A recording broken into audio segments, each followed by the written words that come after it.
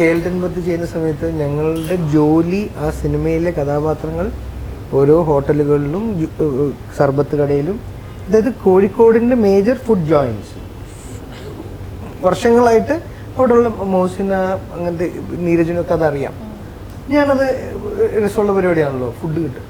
എന്നിട്ട് ബ്രേക്ക് വിളിക്കുമ്പോൾ നമ്മൾ ഓടും റഹ്മത്തിലോട്ട്, ഓട്ടോ പിടിക്കും. ഒരു വലിയ ബക്കറ്റിൽ ബിരിയാണി മേടിച്ചിട്ട് അത് കൊണ്ടുപോയിട്ടൊക്കെ ഉണ്ട് കൊച്ചിയിലോട്ട് ഹോട്ട് ബോക്സിൽ. അല്ല, ഇത് ഷോർട്ടിൽ കഴിക്കുന്ന ജോലിയാ. എന്നിട്ട് ബ്രേക്ക് വിളിച്ചപ്പം ഓടിയ ബീച്ചിന്റെ അവിടെ നിന്ന് ഓട്ടോ എടുത്ത് നല്ല കോസ്റ്റ്യൂമായിരുന്നു, സിമ്പിൾ.